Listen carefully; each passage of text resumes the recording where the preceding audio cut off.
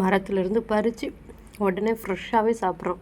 அது எவ்வளோ ஒரு சந்தோஷம். நம்ம மரத்தில் காய்ச்ச காய் 3 வருஷத்துக்கு அப்புறம் இப்போ தான் வந்து சீத்தாப்பழம் நல்லா பழுக்க ஆரம்பிச்சிருக்கு. இதோட 3வது சீத்தாப்பழம் நாங்கள் பறித்து சாப்பிட்றோம். இந்த சீத்தா வந்து மரத்துலேயே பழுத்தது. பழுத்த உடனே நான் எடுத்து அப்படியே உடனே சாப்பிட்டுட்ருக்கேன். பாருங்கள் எவ்வளோ சூப்பராக நல்லா சாஃப்டாக வந்துருக்குதுன்னு சொல்லிட்டு பழம் நல்லா பழுத்துருச்சு.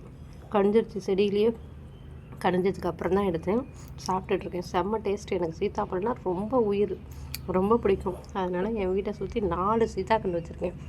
4மே நல்லா பெருசாக மரமாக தான் இருக்குது. இன்ன வரைக்கும் வந்துட்டு குரங்கு வந்து எங்களுக்கு பறிக்கிறதுக்கு விட்டதே கிடையாது. அவங்க பறித்து சாப்பிட்ருவாங்க. இப்போ அவங்களுடைய கண்ணுக்கு தெரியாமல் கிடுக்கில் அங்கங்கேன்னு ஒன்று 2 இருக்குது.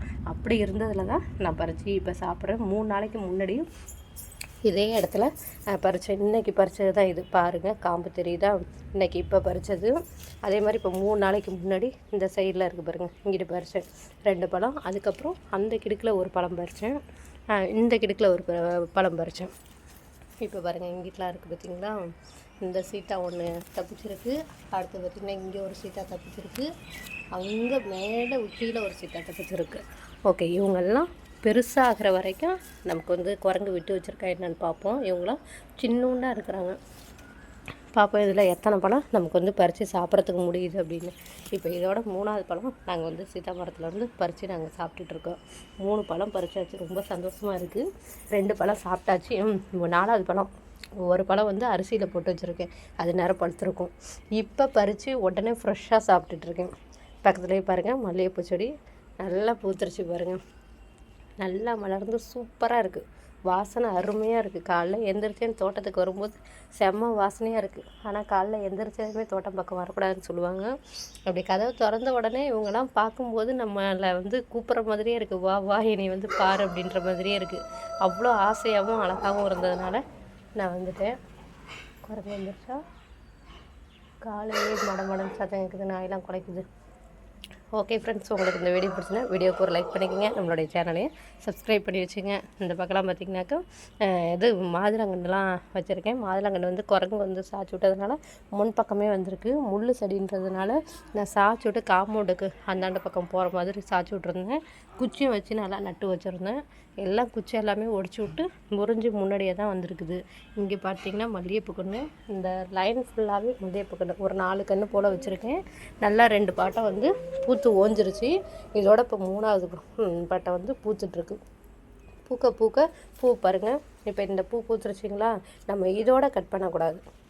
இப்போ இதோட அடியோடு பிடிச்சி கட் பண்ணோம்னா தான் நமக்கு புதிய பிரான்ச்சஸ் வந்து நிறையா வரும். அப்படி வரதில் நமக்கு நிறையா துளிர் வந்தால் அதிலிருந்து நமக்கு மொட்டுக்கள் வந்து நிறையா வைக்கும். அதனால் நீங்கள் வந்து முடிஞ்ச அளவுக்கு அடியோடையே பிடிச்சி வந்து கட் பண்ணி விட்ருங்க. இப்போ இதுலேயும் எந்த பூவும் இல்லை. நம்ம அதனால் பாருங்கள், இப்படி இந்த அடி வரைக்கும் நம்ம கட் பண்ணி விட்ருவோம். பார்த்திங்களா? இந்த மாதிரி கட் பண்ணி விட்டால் தான் நமக்கு வந்து சீக்கிரமாகவே நல்லா துளுத்து வரும். துளுத்து வரும்போது நிறைய கிளைகள் வரும். ஓகே, எவ்வளோ அழகாக இருக்குது பார்த்திங்களா? பார்க்கவே மல்லிகைப்பூ செம்ம சூப்பராக இருக்குல்ல? ஓகே ஃப்ரெண்ட்ஸ், அவ்வளோதான் இன்றைக்கான வீடியோ. உங்களுக்கு இந்த வீடியோ பிடிச்சினா வீடியோக்கு ஒரு லைக் பண்ணிக்கோங்க. நம்மளுடைய சேனலையும் சப்ஸ்கிரைப் பண்ணி வச்சுக்கோங்க. மற்றவங்களுக்கும் ஷேர் பண்ணுங்கள். நான் இப்போ வந்து சீத்தாப்பழம் சாப்பிட்டுட்ருக்கேன், அதை கண்டினியூ பண்ணுறேன். ஓகே, பாய்.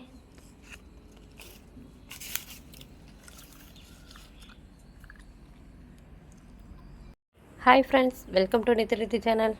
இன்றைக்கான வீடியோ பதிலில் நம்ம என்ன பார்க்க போகிறோம் அப்படின்னு பார்த்தீங்கன்னாக்கா, சீத்தாப்பழம் நல்லா பழுத்துருச்சு. செடியிலேயே நல்லா பழுத்துருச்சு பாருங்கள். எந்த அளவுக்கு நல்லா மலர்ந்துருக்குன்னு பாருங்கள். ஒவ்வொரு லேயருக்கும் பக்கத்துலேயும் சாம்பு பூத்த மாதிரி இருக்குது பார்த்திங்களா? இப்படி இருந்ததுன்னா நல்லா பழுத்துருச்சுன்னு அர்த்தம். பறிச்சுக்கலாம். ஆனால் பாருங்க, இப்போ வந்து கை வச்சு இப்படி அமுக்குனாலே போதும். பார்த்திங்களா? நல்லா அமுங்குதா? ஓப்பன் ஆக போகுது பாருங்கள். இதோட 3வது சீத்தாப்பழம் நம்ம மரத்தில் வந்து நம்ம பறிச்சிட்டோம். காலையிலேயே சாப்பிட போகிறேன். செம்ம சூப்பராக இருக்கும் பாருங்கள். இப்படி தான் இருக்கும். யார் யாருக்கெல்லாம் சீத்தாப்பழம் பிடிக்கும் அப்படின்றத கமெண்ட் பாக்ஸில் கமெண்ட் பண்ணுங்கள்.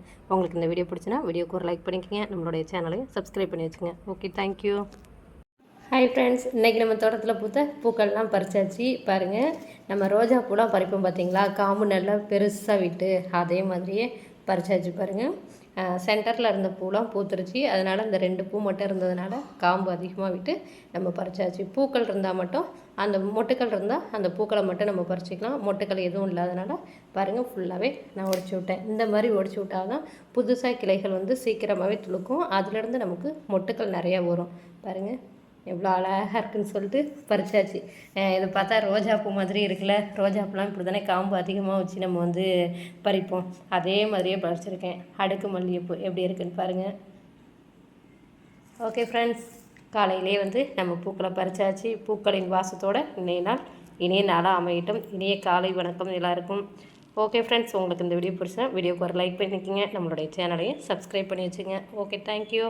மீண்டும் அடுத்த வீடியோவில் பார்க்குறேன்.